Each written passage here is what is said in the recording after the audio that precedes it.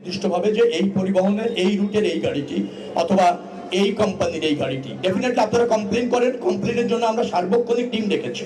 এখন দেখেন, চলার পথে অনেকে অনেক সময় এই চাপের কারণে সুবিধা নেওয়ার চেষ্টা করে। যেমন আমি বললে আপনি বুঝবেন, কালকে নবীনগর এবং আপনার এই বাইপাইলে দুটি পরিবহন তারা 100 টাকা বেশি নেওয়ার চেষ্টা করতেছে। যাত্রী কমপ্লেন করেছে, সাথে সাথে সেখানে মোবাইল টিম গিয়ে তাদেরকে 10,000 টাকা ফাইন করেছে। এবং এটাই যথেষ্ট নয়, ঈদের পরে আমরা আরো বেশি অ্যাকশনে যাব, কেন তারা এই ব্যবসায় ঘটাতে চাইলো। একই অবস্থা সিটিগঞ্জ রোডে যদি আপনি যান, নীলাচল এবং ইকোনো এই দুটি পরিবহনও ওখানে বেশি ভাড়া নেওয়ার একটু চেষ্টা করেছিল। তাৎক্ষণিকভাবে গিয়ে র্যাবের টিম এবং ওখানকার একজন ম্যাজিস্ট্রেট গিয়ে তাদেরকে ফাইন করেছে সম্ভবত 8,600 টাকা।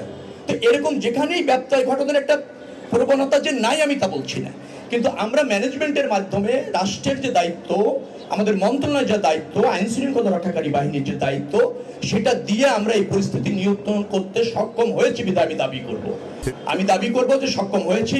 যানজট নেই, সকাল পর্যন্ত ওয়াল রুটগুলি ক্লিয়ার আছে। ভোর 5টা 5:30টার দিকে একটা চাপ তৈরি হয়েছিল চন্দ্রায়, আমরা সারা রাত জেগেছিলাম, তাৎক্ষণিকভাবে ব্যবস্থা নিয়ে সেটা এখন ক্লিয়ার। আপনি খবর নেন, সমস্ত রুটে আরামদায়ক পরিবেশে যাত্রীরা যাচ্ছে। বিচ্ছিন্ন চাপ থাকে, কিন্তু সেটা আমরা ট্যাকেল করতে সক্ষম হয়েছি, ম্যানেজ করতে সক্ষম হয়েছে। কোনো সময় ফিরতি গাড়ি যাত্রীর চাপে কাউন্টারে সে আসতে পারছে না, ধরেন এই গাবতলীতে আসবে, তো হিমায়তপুরের ওখানে এই যাত্রীরা সেই গাড়িতে উঠে পড়েছে, তাকে যেতেই হবে।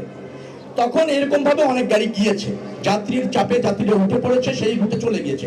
যাত্রীরা জানে ওই গাড়িটা কোন রুটে যায়, তারা জানে, তাদের জানা, গাড়িতে উঠে পড়েছে। তখন এরকম ভাবে গিয়েছে, সেখানেও কিন্তু ওইভাবে যাত্রী উঠার পর 200-100 টাকা বেশি নেওয়ার চেষ্টা হয়েছে অথবা নিয়েছে, এটাও সত্য। কিন্তু তখন ওই মাঝপথের থেকে এভাবে উঠে গেলে আমাদের মনিটরিং করতে অসুবিধা হয়।